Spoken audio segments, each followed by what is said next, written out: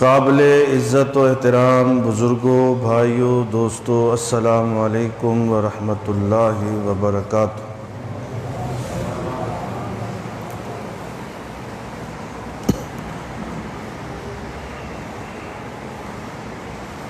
گزشتہ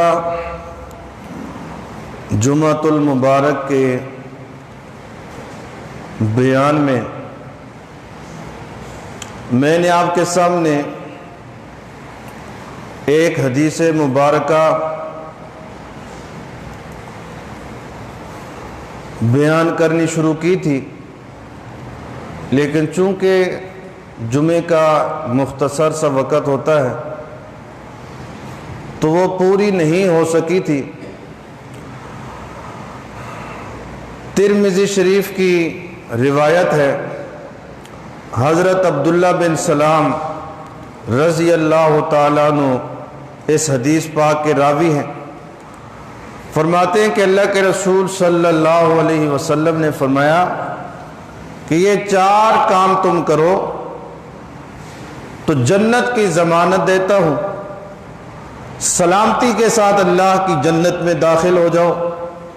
پہلے نمبر پہ اللہ کے رسول نے فرمایا افشوا السلام، سلام کو عام کرو، اور دوسرے نمبر پہ اللہ کے نبی نے فرمایا اطعموا الطعام، لوگوں کو کھانا کھلاؤ۔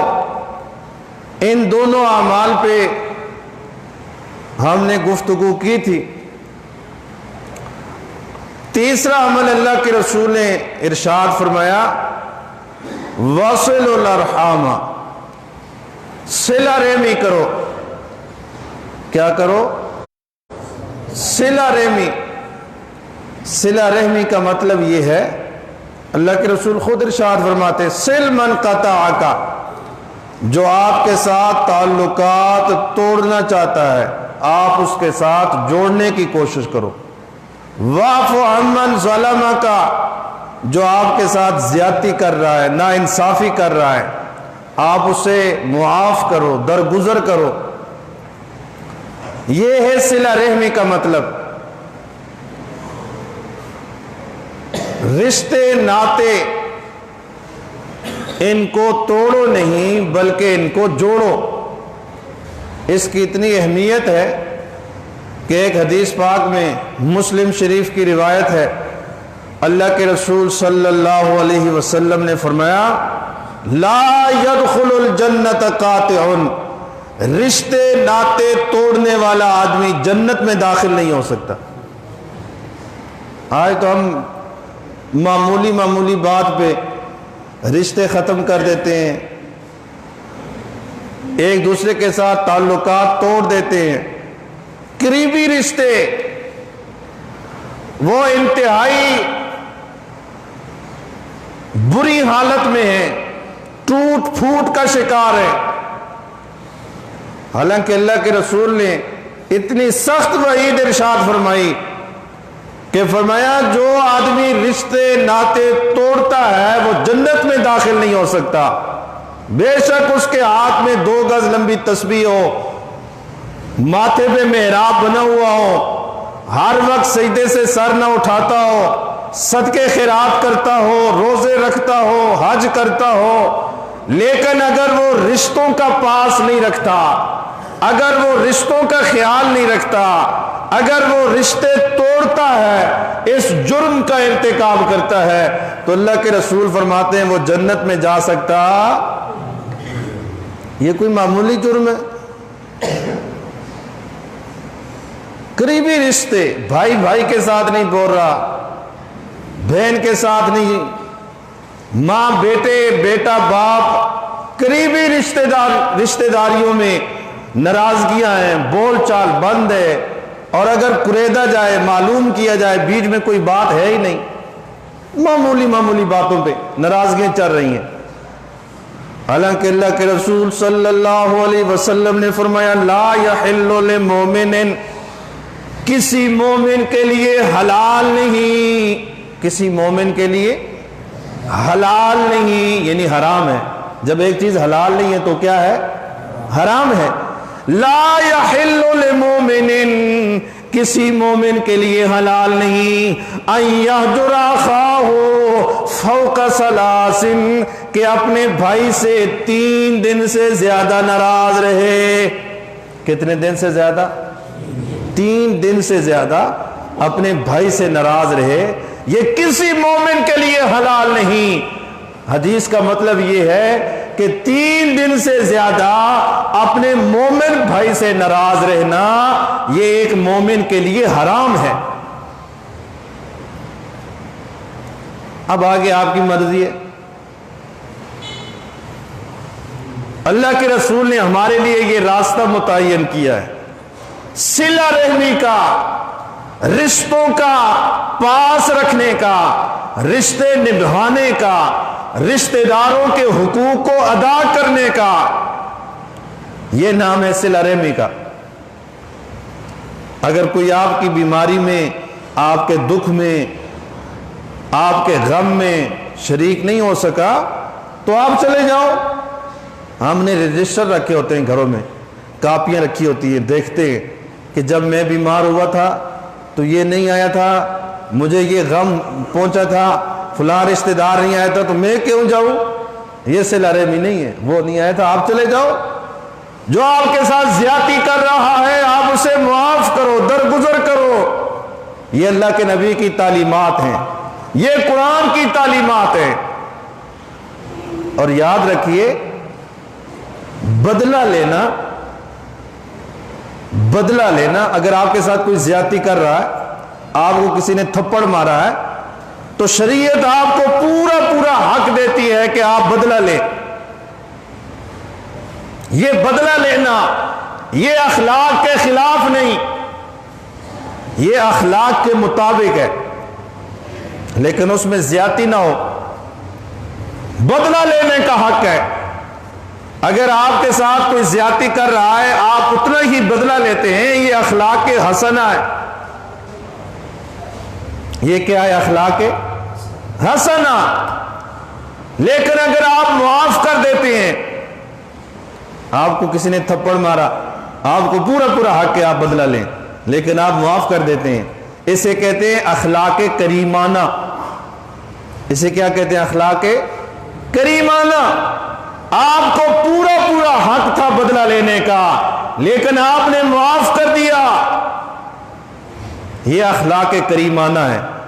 اور ایک اور اعلیٰ قسم اخلاق کی، وہ ہے اخلاق عظیمانہ، خلق عظیم. آپ کے ساتھ کوئی زیادتی کر رہا ہے، ناانصافی کر رہا ہے، آپ اس کو معاف بھی کر دیں، الٹا اس کے ساتھ احسان کریں. الٹا اس کے ساتھ کیا کریں؟ احسان کریں. یہ ہے اخلاق عظیمانہ، اخلاق کی سب سے اعلیٰ قسم، جس کے بارے میں اللہ اپنے نبی کے بارے میں فرماتے ہیں انک لعلی خلق عظیم. میرے پیارے پیغمبر آپ اخلاق کے اعلیٰ معیار پہ فائز ہیں. آپ کو میں نے خلق عظیم سے نوازا ہے، آپ کو میں نے عظیمانہ اخلاق سے نوازا ہے. اسی لیے طائف کے میدان میں ان بدبختوں نے میرے نبی پہ پتھروں کی بارش کر دی، پورا جسم لہو لہان ہو گیا، جوتے مبارک خون سے بھر گئے، لیکن پھر بھی آپ ان کے حق میں دعا کر رہے ہیں، معاف بھی کر رہے ہیں، اور الٹا ان کے لیے کیا کر رہے ہیں؟ دعا بھی کر رہے ہیں. یہ ہے اخلاق عظیمانہ، اخلاق اعلیٰ اور اعلیٰ اخلاق. یہ اخلاق کی بنیادی طور پہ 3 قسمیں ہیں: اخلاق حسنہ، اخلاق کریمانہ اور اخلاق عظیمانہ. اللہ ہمیں ایسے اخلاق نصیب کر دے. تو قرآن اور سنت کی یہ تعلیمات ہیں کہ اگر آپ کے ساتھ کوئی زیادتی کر رہا ہے آپ اس سے درگزر کرو، آپ اسے معاف کرو. قرآن کریم میں اللہ فرماتے ہیں خذ العفو، معاف کرنے کو، درگزر کرنے کو اپنی عادت بنا لو، اپنی عادت بنا لو. خذ العفو، معافی کو اپنی عادت بنا لو. وامر بالعرف، دستور کے مطابق، قانون کے مطابق جتنا ہو سکے اتنا واعظ و نصیحت بھی کرتے رہو، اتنا واعظ و نصیحت بھی کرتے رہو، سمجھاتے رہو۔ وَأَعْرِضْ عَنِ الْجَاهِلِينَ، اور جاہلوں سے، ناواقف لوگوں سے اعراض کرو، درگزر کرو۔ یہ ہے اعلیٰ قسم کے اخلاق۔ تو اس حدیث پاک میں اللہ کے نبی نے تیسرا عمل یہ بتایا کہ وَصِلُوا الْأَرْحَامَ، کیا کرو؟ صلہ رحمی کرو۔ کیا کرو؟ صلہ رحمی کرو۔ چھوٹی چھوٹی باتوں پہ ناراضگی نہ پالا کرو، چھوٹی چھوٹی باتوں پہ بول چال بند نہ کیا کرو۔ اللہ کے نبی نے اس آدمی کو طاقتور قرار دیا ہے۔ ہم تو اسے طاقتور کہتے ہیں نا جو کسی کو گرا دے، کسی کو بچھاڑ دے، ہم کہتے ہیں بڑا پہلوان ہے، بڑا طاقتور ہے۔ اللہ کے نبی نے فرمایا لیس الشدید بالسرعہ، لوگوں کو نیچے گرانے والا، لوگوں کو نیچے پٹکنے والا یہ طاقتور نہیں۔ انما الشدید الذی یملک نفسہ عند الغضب، طاقتور آدمی وہ ہے، پہلوان آدمی وہ ہے جو غصے کے وقت اپنے آپ کو قابو میں رکھے، اپنے آپ کو کنٹرول میں رکھے۔ یاد رکھیے غصہ نہ آنا یہ کوئی کمال کی بات نہیں۔ ایک آدمی کہتا جی مجھے غصہ نہیں آتا، یہ کوئی کمال نہیں ہے، وہ تو گدھا ہے جس کو غصہ نہیں آتا۔ انسان کی فطرت میں اللہ نے یہ تاثیر رکھی ہے کہ اسے غصہ آتا ہے، یہ انسانی فطرت ہے۔ غصہ نہ آنا کوئی کمال نہیں، کمال یہ ہے کہ آدمی کو غصہ آئے اس کو پی جائے، اس پہ کنٹرول رکھے، اس پہ قابو رکھے۔ ایک لطیفے کی بات ہے لیکن اس میں حکمت بھی پوشیدہ ہے۔ وہ ایک مولوی صاحب کے پاس ایک آدمی آیا، اس نے کہا مجھے کوئی ایسی چیز بتائیں کہ میں کھاتا پیتا بھی رہوں اور روزہ بھی نہ ٹوٹے، کھاتا پیتا بھی رہوں اور آپ بالکل سوئے ہوئے ہوں، بالکل تھوڑا جاگ کے بیٹھے۔ تو مولوی صاحب کے پاس آیا، ہوتے ہیں نا ایسے لوگ، کہنے لگا مولوی صاحب کوئی مسئلہ حل کریں، کوئی چیز بتائیں کہ میں کھاتا پیتا بھی رہوں اور روزہ بھی نہ ٹوٹے، روزے میں بھی کوئی فرق نہ آئے۔ مولوی صاحب نے کہا ٹھیک ہے جی ایسی چیز بھی ہے۔ اس نے کہا کہ ادھر سامنے آ جاؤ جوتیوں والی جگہ پہ، میں جوتی مارتا ہوں تجھے، تیری کمر پہ، تیری پیٹھ پہ، تجھے آئے گا غصہ، تو جوتیاں کھاتے رہنا، غصہ پیتے رہنا، کھاتا بھی رہے گا، پیتا بھی رہے گا، روزہ بھی نہیں ٹوٹے گا۔ کھاتا بھی رہے گا، پیتا بھی رہے گا، روزہ بھی کوئی فرق نہیں پڑے گا۔ جوتیاں کھاتا رہے گا، غصہ پیتا رہے گا تو تیرا روزہ نہیں ٹوٹے گا۔ اس کے علاوہ اور کوئی ایسی چیز نہیں ہے کہ آدمی کھاتا بھی رہے، پیتا بھی رہے، روزہ بھی نہ ٹوٹے۔ تو یہ تو تھی لطیفے کی بات۔ ہمارے پیارے نبی نے ہمیں یہ تعلیم دی ہے کہ پہلوان آدمی وہ ہے، طاقتور آدمی وہ ہے، مضبوط اعصاب کا آدمی وہ ہے کہ جسے غصہ آئے اور وہ اپنے غصے پہ کنٹرول رکھے، اپنے غصے کے وقت اپنے آپ کو قابو میں رکھے۔ یہ ہے پہلوان آدمی۔ اللہ کے نبی کو بھی غصہ آیا کرتا تھا صلی اللہ علیہ وسلم۔ حدیث پاک میں آتا ہے ایک آدمی آیا، صحابی، اللہ کے رسول نے پوچھا کل کیا کرے گا، کل کیا ارادہ ہے؟ اس نے کہا ما شاء اللہ و رسول، جو اللہ چاہے گا اس کا رسول چاہے گا وہی کروں گا۔ تو حدیث پاک میں آتے ہیں اللہ کے رسول صلی اللہ علیہ وسلم کو اتنا سخت غصہ آیا کہ غصے کی وجہ سے آپ کا چہرہ مبارک سرخ ہو گیا۔ آپ نے فرمایا اجعلتنی للہ ندا، کیا تو نے مجھے اللہ کا شریک بنا دیا؟ بل قل ما شاء اللہ وحدہ، بلکہ تجھے یوں کہنا چاہیے تھا کہ کل وہ ہوگا جو صرف میرا اللہ چاہے گا، چونکہ میں بھی اپنے اللہ کی مرضیوں کے تابع ہوں، میں بھی وہی کچھ کر سکتا ہوں جو میرا اللہ چاہتا ہے۔ مرضیاں اللہ کی پوری ہوتی ہیں، تو اسی طرح ایک حدیث پاک میں آتا ہے کہ ایک صحابی کو اللہ کے رسول نے کسی علاقے میں امام بنا کے بھیجا، تو وہ اس علاقے میں گیا اور وہاں جا کر اس نے عشاء کی نماز پڑھائی، اور عشاء کی نماز میں اس نے سورہ بقرہ شروع کر دی۔ اس نے کیا کر دی؟ سورہ بقرہ، 2.5 سپارے ہیں، 2.5 سپارے، سورہ بقرہ شروع کر دی، صبح تک عشاء کی نماز ہی پڑھتے رہے۔ تو وہ لوگ شکایت لے کر اللہ کے رسول کے پاس آئے صلی اللہ علیہ وسلم، آ کر بتایا یا رسول اللہ، یہ آدمی آپ نے بھیجا، اس نے ہمیں عشاء کی نماز پڑھائی، اس میں سورہ بقرہ شروع کر دی۔